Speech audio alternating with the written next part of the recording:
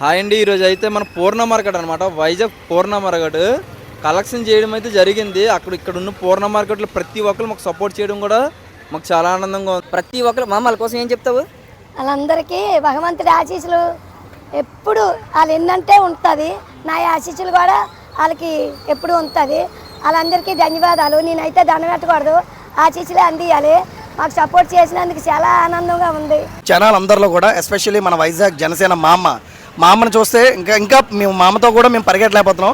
అలా పరిగెడుతుంది మా అమ్మ మార్కెట్లో షాప్కి.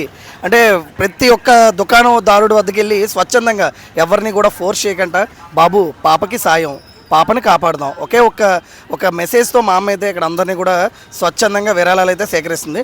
సో మా అమ్మను చూసి మా అమ్మ బాటలో ఇంకొంతమంది వైజాగ్లో ముందుకు రావాలని నేనైతే కోరుకుంటాను. మా అమ్మతో పాటు వెళ్తున్న ఈ టీం అందరికీ కూడా సో ఎందుకంటే ఇక్కడ 4-5 కలిపి కష్టపడడం కాదు, రానున్న ఈ 2-3 రోజుల తర్వాత వీళ్ళు ఆల్రెడీ ఒక ప్రణాళిక అయితే రచించారు. సో ప్రతిరోజు కూడా ఎండలో తిరుగుతున్నారు.